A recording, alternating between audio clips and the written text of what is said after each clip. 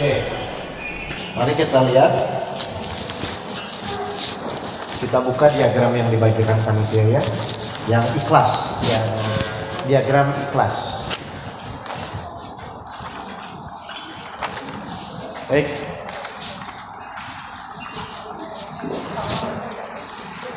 Kita akan perdalam. Kalau di workshop 1 saya memang memberikan metodologi ya, 7 ilmu pencari hati, namanya salah satu metodenya adalah ikhlas. Saya refresh sebentar bagi memang yang belum ikut workshop 1. Jadi gini, ikhlas itu mau sulit atau mudah, tetap Bapak Ibu harus jalani karena perintah Allah, betul ya? Nah, biasanya saya sering bertanya, orang itu dalam menjalani atau misalnya untuk menjadi ikhlas itu sulit atau mudah? Jawabannya ada yang sulit, ada yang mungkin bisa menjadi mudah, tapi itu terlepas mau sulit atau mudah, tetap kita suka tidak suka harus menjalani, kan begitu ya? Nah, padahal logika gampangnya, kalau Bapak Ibu renungkan ya, dunia dan isinya itu milik siapa? Kita adapun karena keinginan siapa? Baik, dunia dan isinya milik Allah, kita adapun karena keinginan Allah.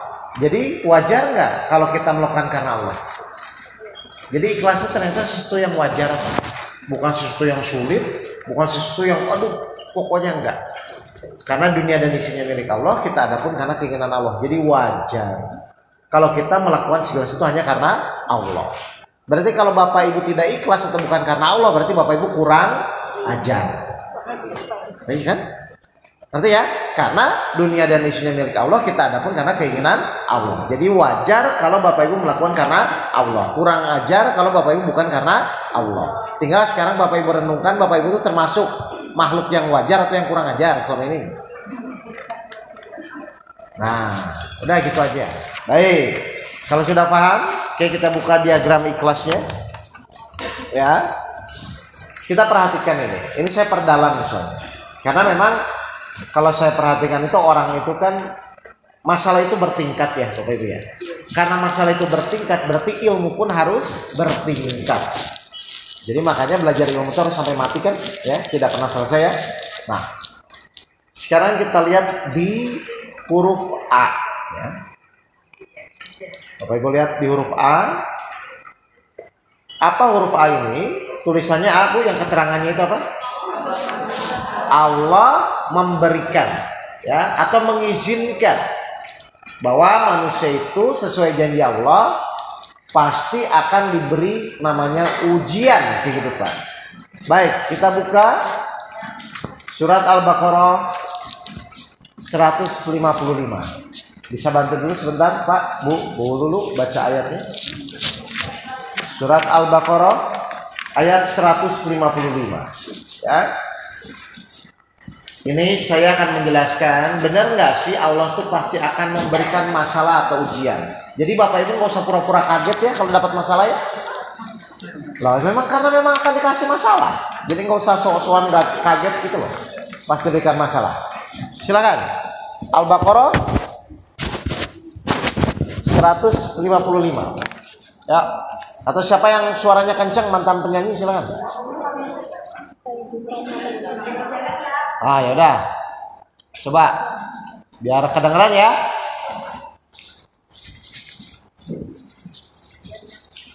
Al-Baqarah 155. Al-Baqarah 155. Dan sesungguhnya akan kami berikan cobaan kepadamu dengan sedikit ketakutan, kelaparan, kekurangan harta, jiwa, dan buah-buahan. Baik. Oke. Terus berikanlah berita gembira kepada orang-orang yang sabar. coba Bapak Ibu perhatikan ayat pertamanya ya. Dan kami pasti akan menguji. Dan kami pasti akan memberikan cobaan.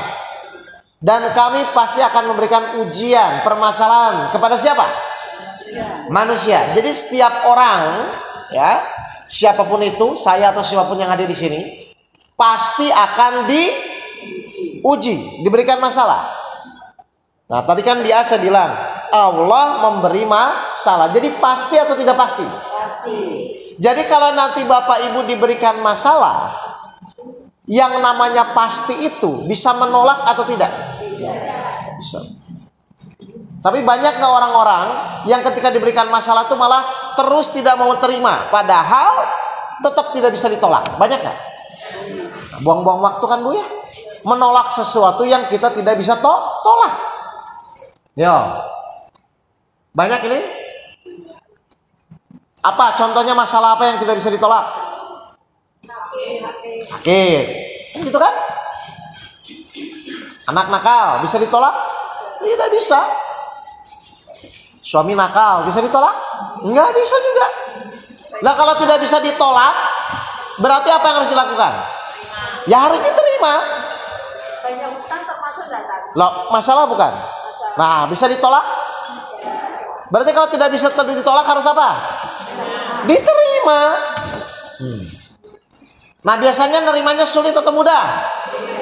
Lah tetap nggak bisa ditolak, kenapa sulit? Kalau berdoanya sambil nangis. Nanti maksudnya tuh sadar dulu gitu loh Bu, bahwa setiap masalah itu kan tadi pasti akan diuji. Berarti setiap masalah itu ibu mau marah tidak marah pun bisa ditolak nggak?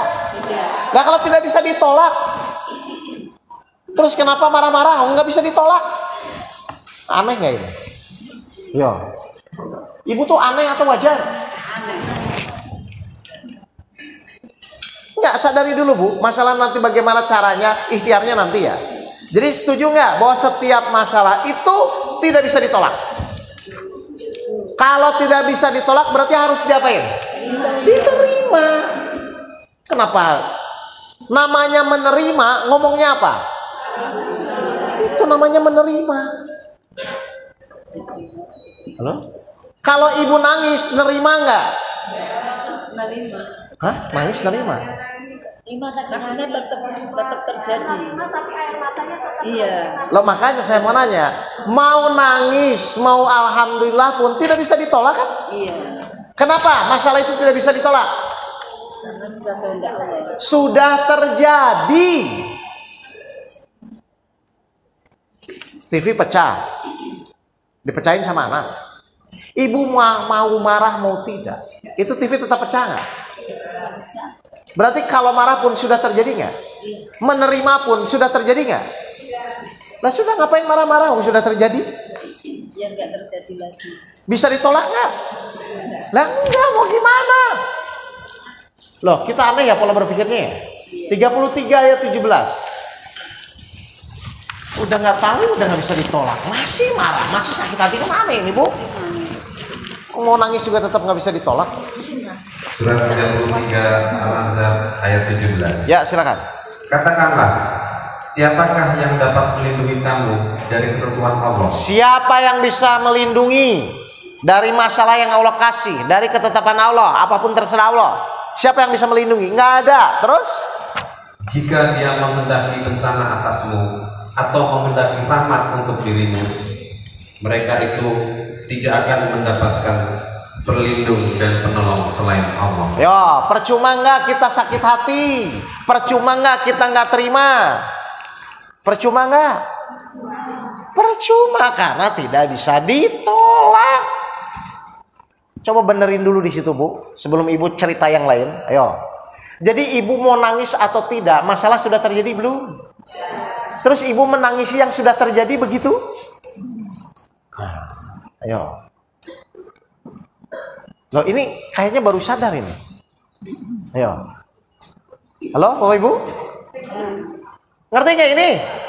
Ibu mau emosi, mau nangis, mau seperti apapun, yang namanya masalah itu pasti sudah terjadi. Atau saya mau nanya, ibu merasa bermasalah itu karena masalahnya sudah ada atau belum ada?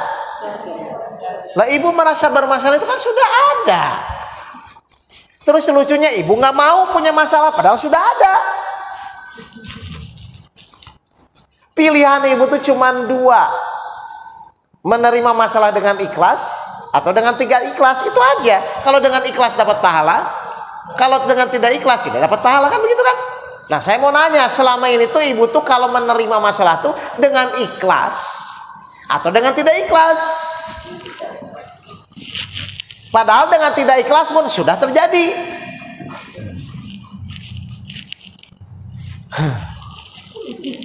Ya, silakan mikir.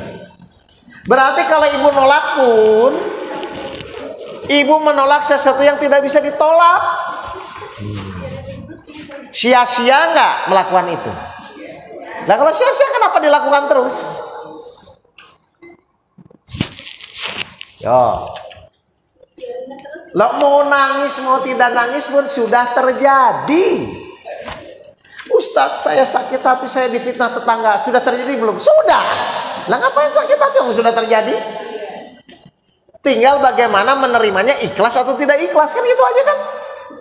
Kalau ikhlas dapat pahala dari Allah, kalau tidak ikhlas dapat dosa. Nah saya mau nanya, selama ini tuh ibu biasanya milih yang mana?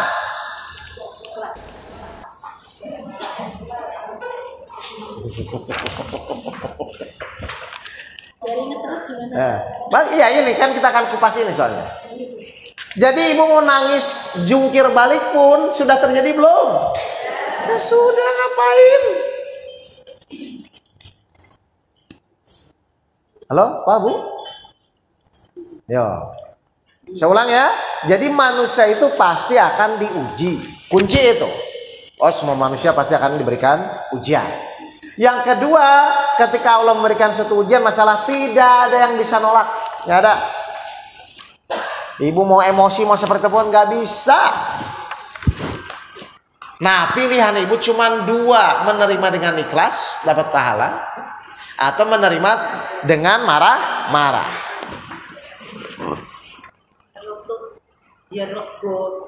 Ya menerima dengan ikhlas, makanya kita belajar ini sekarang.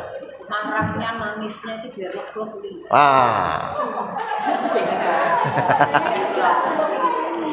Lah ya silakan aja kan, bukan memang pilihan kan? Ikhlas tapi melepaskan. Ya. Sesek. Oke, ngerti ya? Jadi sudah, Bapak Ibu kita setuju dulu ya. Udahlah, masalah apapun yang menimpa Bapak Ibu, mau emosi mau tidak pun itu sudah terjadi dan tidak ada yang bisa menolak. Itu saya pegang dulu. Ya, jadi harusnya kalau saya jadi ibu, bagaimana secepatnya cara supaya jadi ikhlas? Oh, nggak bisa ditolak? Baik. Bagaimana caranya supaya jadi ikhlas? Bapak Ibu lihat di A-nya ya, di kolom A-nya ya. Di itu ada 2 ayat. Kita lihat surat 10 ayat 107. Silakan Pak Eko. Cara supaya jadi ikhlas, menyadari bahwa semua masalah tidak bisa ditolak. Surat 10 Yunus ayat 107. Ya. Dan jika Allah menimpakan suatu bencana kepadamu, jika Allah ngasih masalah, bencana kepadamu itu siapa? Manusia. Jadi kalau Allah ngasih masalah kepada manusia, terus maka tidak ada yang dapat menghilangkannya kecuali Dia. Maka nanti yang ngambil masalah itu siapa lagi? Allah. Jadi Allah ngasih kepada kita masalah, ngerti nih Bapak Ibu nih? Tapi nanti Allah juga yang ambil. Coba Pak Eko diulang lagi ayatnya Pak, yang itu aja. Dan jika Allah menimpakan suatu bencana kepadamu, kalau Allah ngasih masalah kepada ibu bapak, maka tidak ada yang dapat menghilangkannya kecuali Dia. Allah yang ngasih, nanti Allah yang ambil. Jadi masalah itu milik kita atau titipan? Kenapa titipan? Dikasih nanti diambil. Kalau memang titipan, kenapa merasa punya masalah?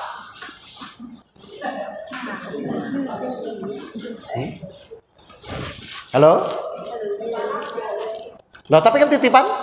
Terus kenapa merasa punya masalah? Berarti kalau Bapak Ibu merasa punya masalah itu salah atau benar? Salah. Terus ibu datang ke saya, Ustadz saya punya masalah. Nah, kan? Wah, cuman titipan kan? Berarti nanti yang menyelesaikan siapa? Nah, terus kenapa Bapak Ibu pusing? Hah? Lo berarti titipan atau memiliki? Lo titipan kok berat? Ini hakikatnya dulu saya kupas. Saya ulang lagi. Berarti masalah itu milik kita atau titipan? Nah kalau titipan kenapa merasa memiliki?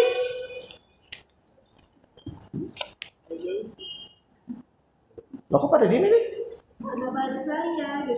Loh, karena tidak bisa ditolak. Ibu sadar nggak selama itu masalah itu cuma titipan dari Allah? Sadar nggak sih? Belum. Nah, harusnya pertanyaannya, terus gimana Ustadz supaya Allah tuh ngambil titipannya, kan begitu kan? Berarti fokus ibu tuh bagaimana menyelesaikan masalah tuh bagaimana supaya Allah ngambil masalahnya? Supaya Allah ngambil. Jadi perlu pusing nggak dengan masalahnya? Nggak usah. Karena masalah itu titipan, nanti dikasih, nanti Allah juga ambil. Tinggal Bapak Ibu tuh memenuhi syarat nggak Allah ambil masalahnya. Bagaimana supaya Allah ambil masalahnya? 10 ayat 109 yang tadi saya jelaskan. Silakan Pak. Surah 10 Yunus ayat 109. Ya. Dan ikutilah apa yang diwahyukan kepadamu, dan bersabarlah hingga Allah memberi keputusan. Nah, jadi Allah akan ngambil masalahnya kalau kita sudah apa? Sabar. Bapak Ibu percaya nggak kalau sabar diambil lagi masalahnya? Ya sudah, Ibu berarti konsentrasi bagaimana menyelesaikan masalah atau bagaimana jadi sabar. Itu maksudnya biar Allah ambil. Salah kan pola berpikirnya, saya yakin ini. Makanya setiap masalah itu nggak akan bisa ditolak karena itu titipan. Silakan Bu.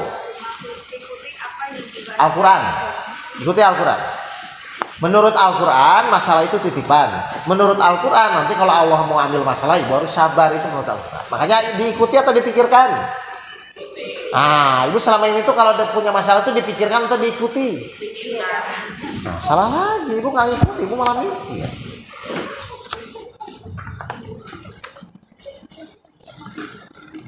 Oh salah terus ya? Ya ini yang terjadi. Ya, ada pertanyaannya ini. Jadi kalau masalah itu milik Allah, hanya titipan, harusnya kita ikhlas nggak harusnya? Ikhlas sama titipan. Terus kenapa ibu merasa memiliki selama ini? Nah, jadi jalani aja udah. Masalahnya kapan selesai ya nggak tahu. Ini dititipin Allah. Terus suruh apa kata Allah? Oh suruh sabar, ya udah jalanin dengan sabar. Nanti Allah ambil lagi masalahnya, nanti kasih lagi, ambil lagi, kasih lagi, ambil lagi. Makanya di surat 3 ayat 109, silakan Pak. 3:109. Surat 3 Al-Imran ayat 109. Dan milik Allah lah apa yang ada di langit dan apa yang ada di bumi, dan hanya kepada Allah segala urusan dikembalikan. Tuh, makanya nanti masalah ibu pun akan kembali kepada innalillahi. Nah itu apa? Terus kenapa prakteknya kok jadi nggak hafal?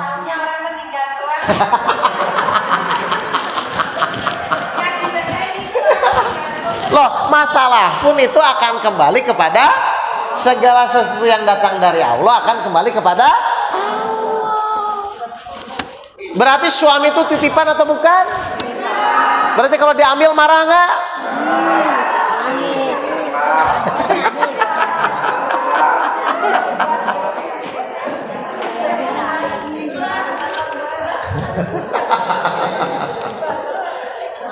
Udah ya, jangan kelamaan ya Bapak Ibu ya. Sayang dong hidup cuman mikirin masalah. Oh masalah juga nanti diambil Allah sendiri kok. Ngerti ya? Nggak usah pusing Bu, nggak usah memusingkan yang bukan milik kita gitu loh. Ayo, tetangga beli mobil, perlu marah nggak? Ngapain? Bukan milik kita. Yo, silakan kalau mau yang protes sekarang jangan nanti. Ayo. Kan saya pakai ayat semua. Ayo. Jadi saya mau nanya, yang ibu pusingkan tuh selama ini tuh jadi apa kalau begitu? Karena ibu selalu muncul rasa memilih. Itu aja sebenarnya. Padahal kalau saya tanya pun ibu nggak mau memiliki masalah, nggak mau kan? Ya memang bukan milik ibu, itu titipan dari Allah. Kenapa dipertahankan kalau begitu? Makanya dalam menjalin masalah tadi saya suruh apa? Berserah diri. Berserah diri itu kan menyadari, oh ya ini titipannya, udah terserah. Mau keputusannya A, mau keputusannya B, terserah Allah. Itu juga milik Allah kan? Maka barulah diambil masalahnya. Nanti ditingkatkan, muncul masalah lain-lain. Kenapa harus ditingkatkan? 6:132. Silakan. Kenapa harus ditingkatkan? Surat 6 Al-An'am ayat 132. Dan masing-masing orang ada tingkatannya sesuai dengan apa yang mereka kerjakan. Kenapa harus ditingkatkan Bapak Ibu? Karena manusia itu ada tingkatannya. Ibu ingin naik tingkat atau turun tingkat? Ya, kalau naik tuh, nah naik ya. Kalau naik tingkat itu berarti kalau ada masalah lagi ya tenang saja. Tetap yang menyelesaikan bukan Bapak Ibu kok. Jadi boleh partisipasi, cuman partisipasinya jangan pusing gitu loh. Kan Ibu kalau punya masalah sosok pusing kan? Pura-pura. Paham ya Bapak Ibu ya? Oke.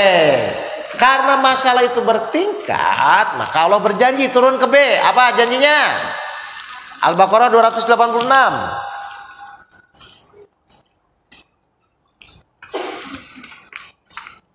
Surat Al-Baqarah ayat 286. Allah tidak membebani seseorang melainkan sesuai dengan kesanggupannya. Jadi meskipun bertingkat tapi disesuaikan kan? Tenang saja.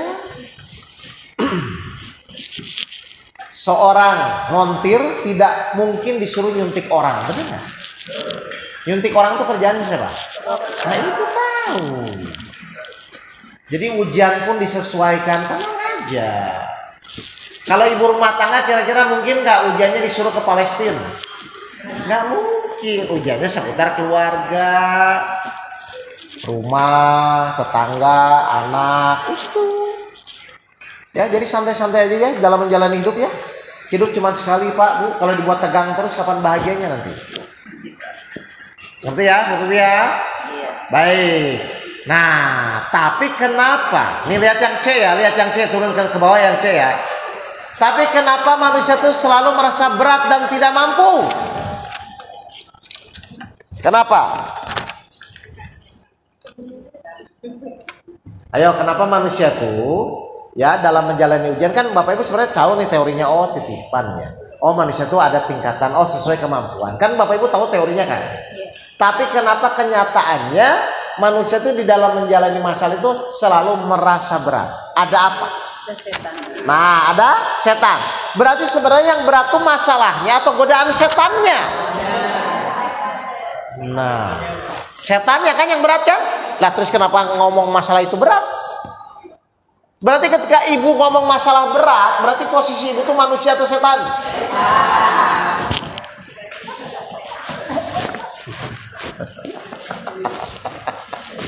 Loh, kan ibu setuju ini. Ujian sesuai kemampuan. Ujian ada tingkatannya. Setuju nggak ini? Tidak bisa ditolak. Nanti Allah yang ngambil juga. Berarti ujian itu berat atau tidak? Tidak. Berarti yang berat itu godaan setannya atau ujiannya? Godaan setannya. Nah itu godaan setan, bukan ujiannya, bukan masalahnya yang berat. Karena Bapak Ibu saat menjalani ujian digoda oleh setan gara-gara tidak ikhlas. Jadi tahu kenapa berat? Bukan ujiannya yang berat, tapi godaan setannya. Berarti saat ibu menjalani hidup itu berat, ujian itu berat, berarti saat itu ibu menjadi setan.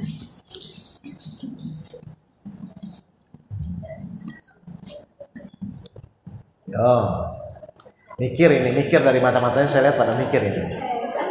Jadi nggak ada Bu ujian yang berat tuh udah ditakar semua sama Allah kok. Sesuai kemampuan, udah ditakar semua Bu. Yang membuat berat itu sebenarnya cuma bisikan setannya. Makanya tadi saya bilang, ibu kalau menjalani ujian harus ikhlas. Biar apa? Pas menjalannya ringan, mau kelihatan berat seperti apapun, kalau ikhlas ringan jadinya. Karena tidak bisa digoda oleh setan. Makanya syarat mutlak menjalani hidup apa? Ikhlas. Berarti kalau ibu misalnya tidak ikhlas, berarti jangan hidup. Nah, ngapain digoda setan, nggak dapat pahala, masuk neraka, ya ngapain hidup? Kadang-kadang. Kenapa? Ada teman yang kena ujian, terus nangis.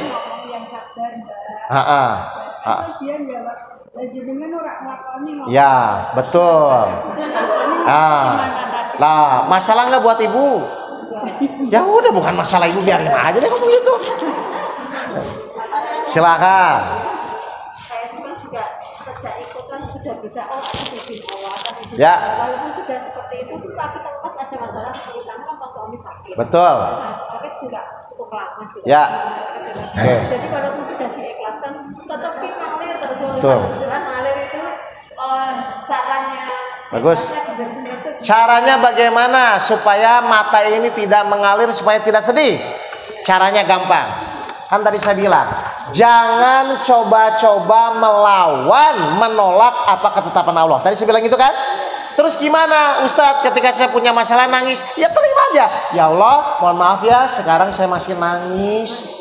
Iya, masih sedih, tapi jangan dilawan.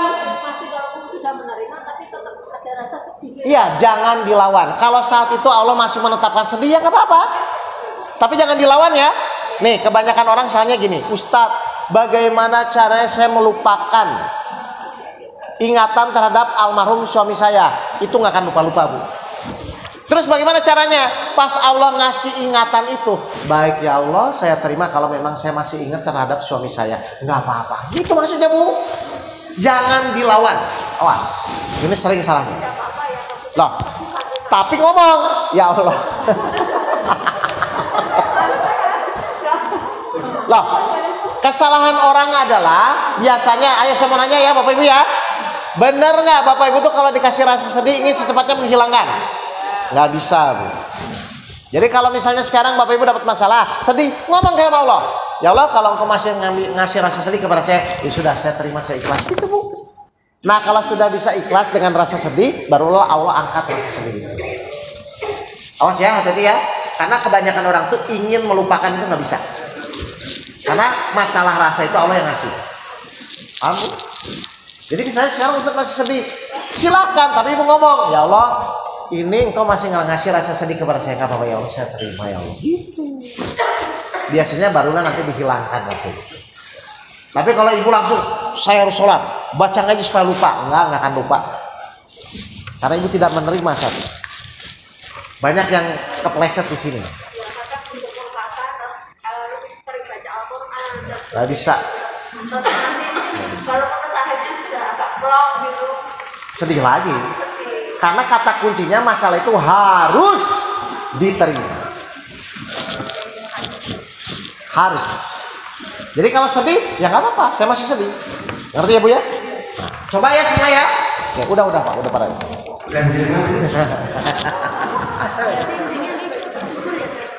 Pokoknya menerima dulu. Saya mau nanya ya, ketika kita menerima tuh adabnya, kalau dikasih itu ngomongnya apa? Jadi bersyukur itu setelah menerima atau sebelum menerima?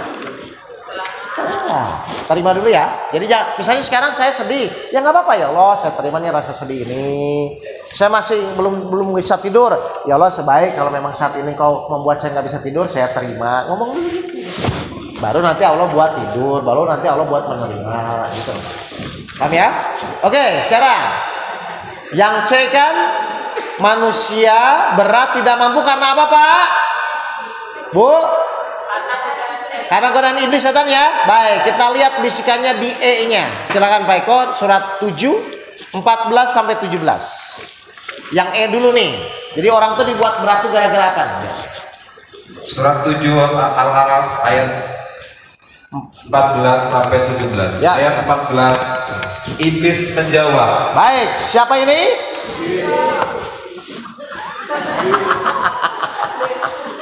Dah, sip.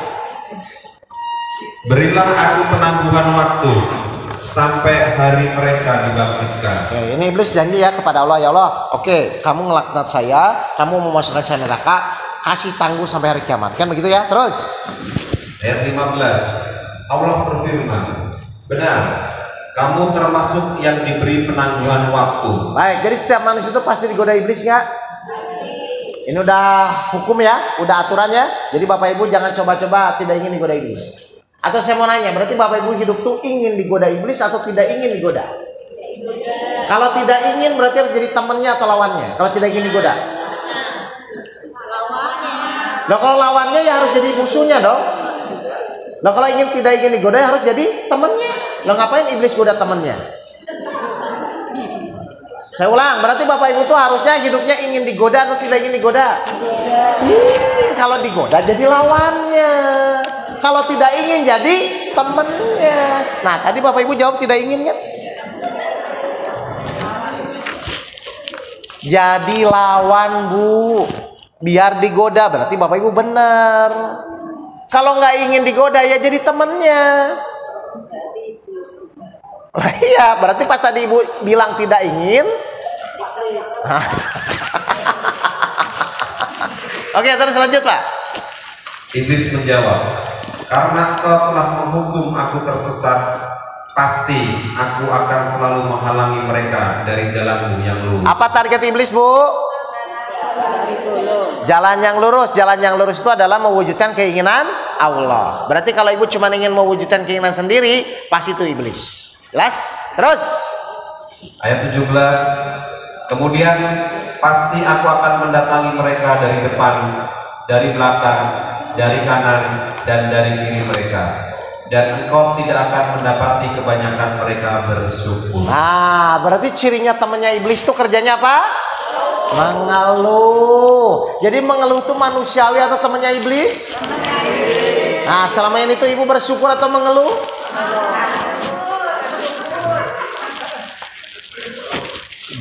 Jelas, Bu? Jadi mengeluh itu bukan manusiawi, Bapak Ibu. Mengeluh itu adalah Bapak Ibu sudah dikuasai oleh iblis. Makanya pas menjalani masalah pasti berat. Aduh, saya tuh udah begini Ustaz, saya udah sholat, sudah. Kalau Ibu sudah begitu, jangan harap masalahnya selesai. Karena Allah biarkan aja dulu. Padahal ya, kalau Ibu pikirkan pun, mengeluh dan bersyukur tetap harus dijalaninya. Nah, pilih mana? Mengeluh dijalani atau bersyukur dijalani? Bersyukur aja, ngapain mengeluh? Jelas, Bu? Baik. Satu lagi, apa yang akan iblis goda di F-nya apa? Yang F-nya silakan Pak Eko. Kan itu E sama F itu kan menggoda manusia ya, ke C ya. Nah, iblis itu gimana godanya supaya manusia itu terus merasa berat? F itu 43, 36, 37. Silakan. Surat 43, 36, 37. Surat 43 ayat 36 dan 37. Apa? Surat 36 ayat 36. Dan barang siapa berpaling dari pengajaran Allah yang Maha Pengasih Al-Quran, tidak mengikuti Al-Quran, pengen nafsu sendiri ya, salah satu tadi pengen punya masalah ingin cepat selesai, terus kami biarkan setan menyesatkannya dan menjadi teman karibnya.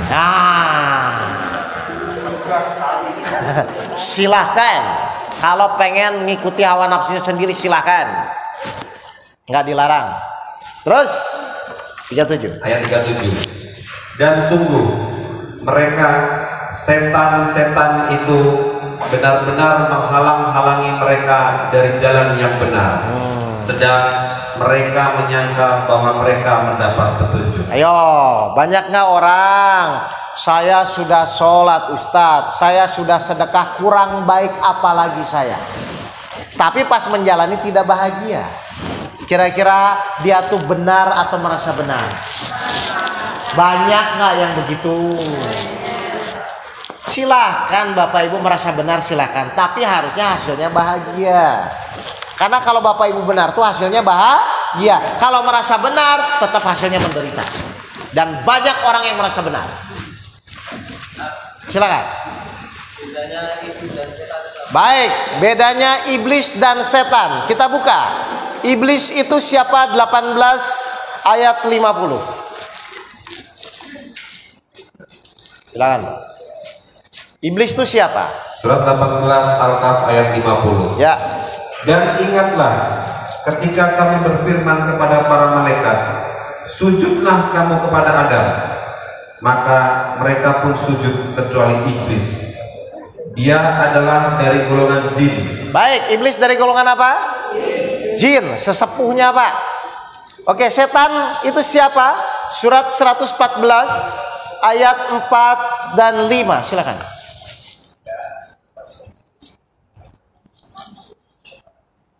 Surat 114 surat Anas.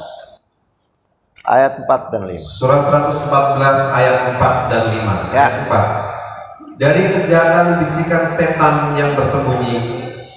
Ayat 5, yang membisikkan kejahatan ke dalam dada manusia.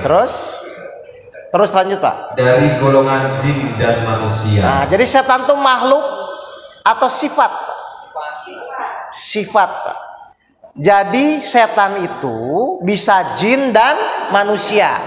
Jin manusia yang apa? Yang dibisiki oleh iblis. Kalau iblis makhluk dari jin. Ya, ngerti ya? Iblis yang paling tua tuh yang mana? Yang dulu nggak mau sujud ke Adam Pak. Dia gurunya malaikat. Jadi setan itu sifat.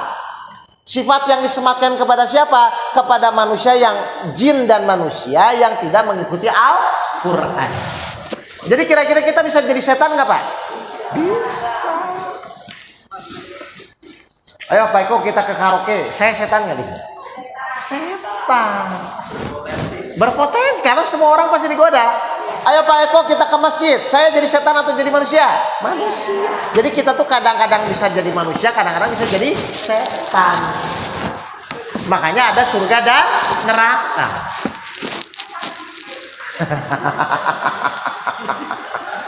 Ngerti? Tinggal sekarang ibu pilih mau jadi setan atau jadi manusia. Kalau ingin selalu jadi manusia, berarti Bapak Ibu harus apa? Ikhlas. Berarti kalau orang tidak ikhlas pasti dia setan. Saya sudah ikhlas Ustaz, tapi kenapa hidup saya begini? Setan.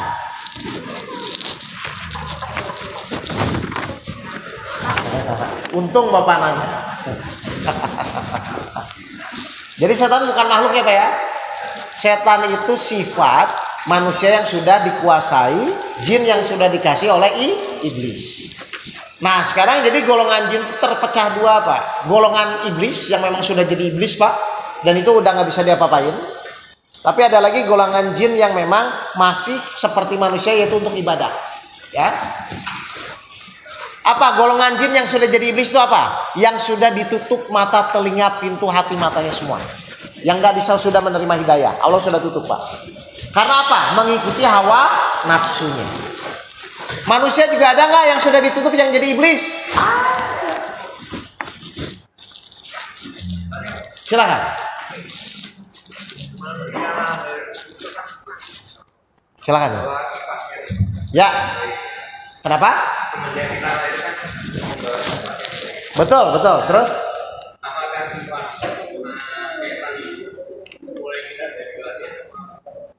Kan setan pokoknya dari manusia lahir pasti akan langsung menggoda. Ngerti ya Pak ini kan? Jadi pertanyaan saya, berarti yang harus Bapak lakukan, kan Bapak tanya dari lahir itu kita jadi setan atau enggak, begitu? Ya pertanyaannya ya.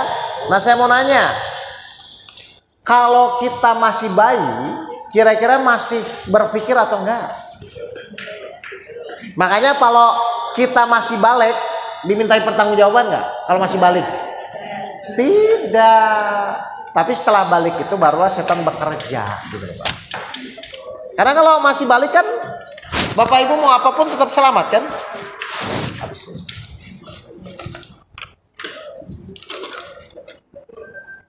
Ya Pak ya. Jadi kalau masih balik tuh aman lah. Cuman di sini ada yang masih balik, kan udah nggak ada ini. Ya, jadi udahlah. Kita sekarang serius di situ. Balik kanan ya. Oke ya. Jadi coba Bapak Ibu perhatikan ya di sini ya. Jadi di C itu kan manusia nih. Karena ada F dan E, manusia itu jadi merasa berat, ya. Bahkan saking merasa beratnya, ujung-ujungnya sampai begini Pak. Lihat ya, perhatikan ya. Target setan Pak, ketika Bapak Ibu sudah aduh hidup saya kok gini, masalah saya bertubi-tubi itu. Target setan itu sebelum Bapak Ibu nanti terjerumus itu di surat 15 ayat 56. Ada mic-nya enggak? Udah diganti belum? Oh ya, silakan. Ayat 56. Ini setan tuh sampai begini ngegodanya, harus sampai pada titik ini dulu. Surat 15 ayat 56. Ya. Dia Ibrahim berkata, tidak ada yang berputus asa dari rahmat Tuhannya kecuali orang yang sesat. Nah, jadi target setan menggoda Bapak Ibu sampai mana? Sampai putus asa, Pak. Kalau orang putus asa masih percaya Allah atau tidak? Nah, itu. Jadi Bapak Ibu nanti jangan kaget, setan itu harus membuat Ibu sampai putus asa. Itu pilihannya cuma begitu tuh. Tinggal milih Allah atau milih bunuh diri. Makanya kalau supaya Bapak Ibu tidak berputus asa, apa yang dilakukan? Berserah diri. Banyak nggak orang yang putus asa, Pak, Bu?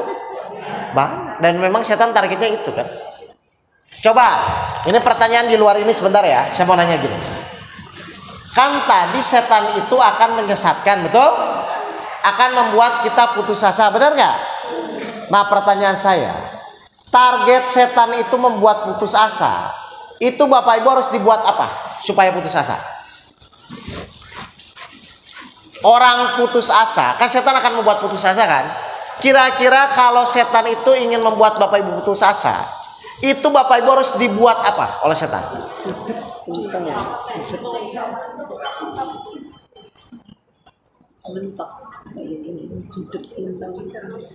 Bapak Ibu ngerti nggak pertanyaan saya? Belum. Misalnya saya jadi setan nih, ingin membuat Bapak Ibu putus asa nih. Kira-kira apa yang harus saya lakukan supaya Bapak Ibu tuh putus asa? Setan tuh ngejar putus asanya itu dari mana sih, Pak? 30 ayat 60. Perhatikan. Ya. Ini yang buat yang target utama setan itu yang penting Bapak Ibu jangan begini gitu loh. Coba perhatikan ya. Ini buat pelajaran. Surat 30 ayat 60. Maka bersabarlah engkau Muhammad, sungguh janji Allah itu benar. Kenapa Allah membuat statement tenang Muhammad, janji Allah itu benar? Berarti Bapak Ibu harus percaya atau tidak? Berarti kalau saya jadi setan, apa yang harus saya lakukan? Jangan sampai Bapak Ibu percaya kepada janji Allah. Terus lanjut Pak Eko. Dan sekali-kali jangan sampai orang-orang yang tidak meyakini kebenaran ayat-ayat Allah ini menggelisahkan engkau. Nah, jadi tugas setan Bapak Ibu, target utamanya adalah yang penting Bapak Ibu jangan percaya kepada janji Allah. Contoh, Allah berfirman di surat Al-Baqarah 153, hai orang-orang yang beriman, jadikanlah sabar dan sholat sebagai penolongmu. Kira-kira kalau saya jadi setan ingin menggoda Bapak Ibu, kira-kira apa yang harus setan lakukan misalkan? Ustadz, saya sudah iman, sudah sabar, sudah sholat, tapi kok saya nggak ditolong-tolong? Sering nggak? Nah, berarti Bapak Ibu itu sudah dimakan setan. Karena kalau Bapak Ibu percaya nggak mungkin keluar omongan itu. Kenapa? Kalau imannya benar, sabarnya benar, sholatnya benar, pasti akan ditolong oleh Allah. Berarti kalau belum ditolong, koreksi aja 3 ini. Jadi setan itu membuat putus asa akan melunturkan Bapak Ibu kepada janji Allah. Padahal saya mau nanya, rukun iman pertama apa rukun iman pertama? Percaya kepada siapa? Kalau percaya kepada Allah, percaya kepada apanya? Janjinya. 28 ayat 10, silakan. Benar nggak percaya kepada janjinya? Makanya kalau orang yang nggak percaya janji Allah tuh banyak ngeluh. Iya. Surat 28 ayat 10. Ya. Dan hati ibu Musa menjadi kosong. Sungguh, hampir saja dia menyatakannya rahasia tentang Musa. Seandainya tidak kami teguhkan hatinya, agar dia termasuk orang-orang yang beriman kepada janji Allah. Jadi hidup itu Pak, cuman satu. Bapak Ibu tuh percaya janji Allah atau tidak? Saya mau nanya sekarang. Janji Allah tuh banyak nggak? Apa salah satunya? Ujian sesuai dengan percaya nggak? Kalau percaya kenapa merasa berat? Nah iya kan, setan kan tujuannya supaya Bapak Ibu nggak percaya kan? Berarti kalau misalnya Allah sudah bilang ujian sesuai kemampuan, Ibu percaya nggak? Kalau percaya, kalau merasa berat, salah atau benar?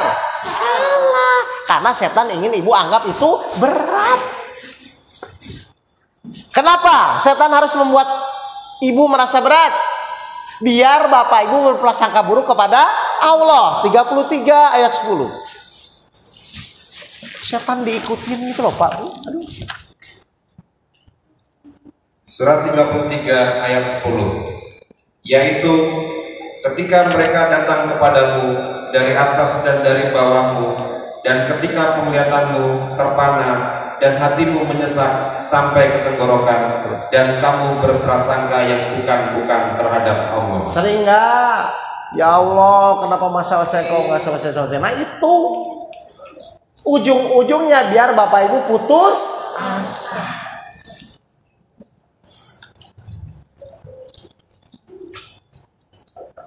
Saya mau nanya nih, sebenarnya tugas ibu di dalam ujian tuh menjalani atau memikirkan?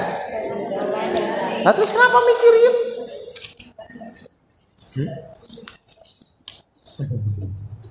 Kenapa bapak ibu lah mikir? Kan tujuannya disuruh menjalani. Menjalani dan meyakini janji Allah itu pasti benar. Apalagi janji Allah. Surat 3 ayat 2, silakan.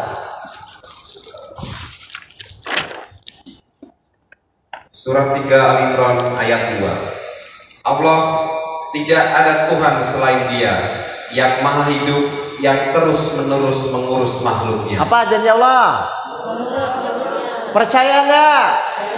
Kalau memang percaya harusnya hidupnya tenang atau khawatir? Sudah. Apalagi janji Allah 11 ayat 6. Saya harusnya buka ini ya. 11 ayat 6 apa ya? Surat 11 Hud ayat 6. Dan tidak satupun makhluk bergerak bernyawa di bumi melainkan semuanya dijamin Allah rezekinya. Apa janji Allah? Perlu khawatir nggak masalah rezeki? Awas kalau khawatir lagi. Kalau khawatir berarti mengikuti setan. Udah ya, percaya ya? Percaya nggak ini?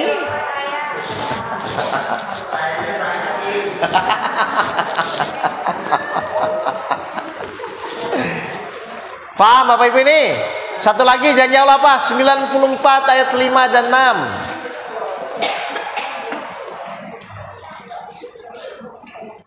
94 ayat 5 dan 6. 94 ayat 5 dan 6. Maka sesungguhnya bersama kesulitan ada kemudahan. Terus. Sesungguhnya bersama kesulitan ada kemudahan. Apa janji Allah? Semua masalah pasti akan ada. Nah itu tahu. Percaya nggak? Terus kenapa pusing pas menjalani masalah?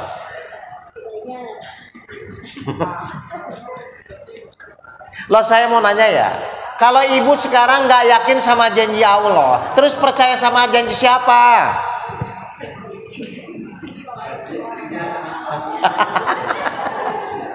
Nah kalau janji Allah nggak dipercaya terus mau ngapain? Kalau di sini percaya, kalau di sana?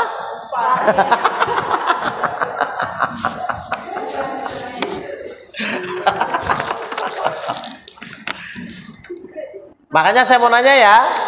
Jadi kenapa saat ini orang itu baca Quran? Betul ya? Menjalani kan baca kan? Tapi kenapa kok pas praktek seakan-akan tidak percaya? Karena apa? Dasarnya apa? Kalau ibu ingin menjalani Al-Quran dasarnya apa? Al-Baqarah ayat 2 silakan. Nah itu tahu. Surat Al-Baqarah ayat 2. Kitab Al-Quran ini tidak ada keraguan padanya. Berarti harus apa? Ya, dasarnya tuh yakin dulu. Solusi itu gampang kok Bu, Allah janji. Jadi dasar semua yang Bapak Ibu lakukan itu harus didasari dari yakin. Saya mau bertanya, kenapa Ibu dulu nerima lamaran suami? Ayo. Yakin, sama suami yakin sama janji Allah nggak yakin gimana sih?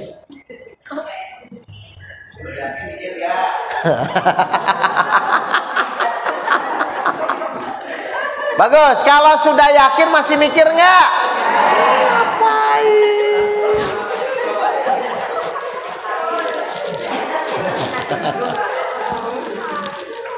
Ngerti?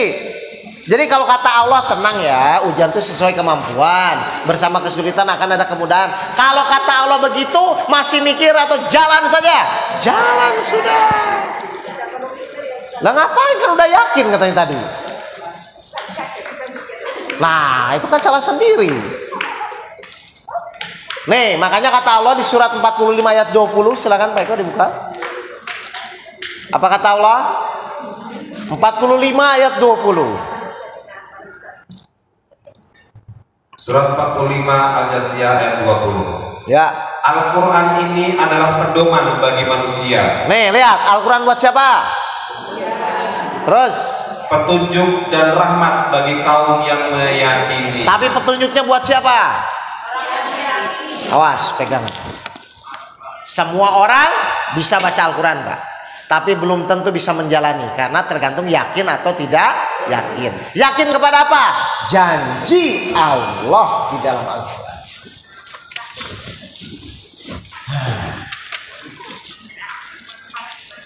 45 ayat tuh. Nah, sekarang Pak gimana nih? Kok berat? Saya kayaknya nggak mampu. Ini kan dari C ya. Gimana secepatnya lolos dari godaan iblis, Pak? Ini C ke D tuh. Bagaimana caranya? D-nya baca. Ikhlas. Baru lolos iblisnya pergi. Nanti kalau Bapak Ibu udah pusing, udah apa ya? Ikhlas ya. Udah ya Allah terserahlah. Mau kebayar mau enggak, mau sehat mau enggak, sembuh, terserah Engkau ya Allah, saya serahkan kepadamu. Baru iblisnya pergi. Nah, pokoknya suami saya mau balik lagi mau enggak, terserah. Pasti iblisnya, baru ibu ikhlas, baru lepas dari godaan iblis.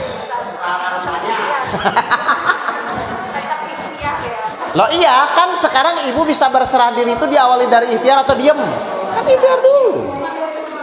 Jadi ikhtiar itu untuk menyelesaikan masalah, untuk berserah diri. Jadi titiknya tuh nanti kalau ibu ingin lolos dari godaan iblis, terserah. Baru lolos, Bu.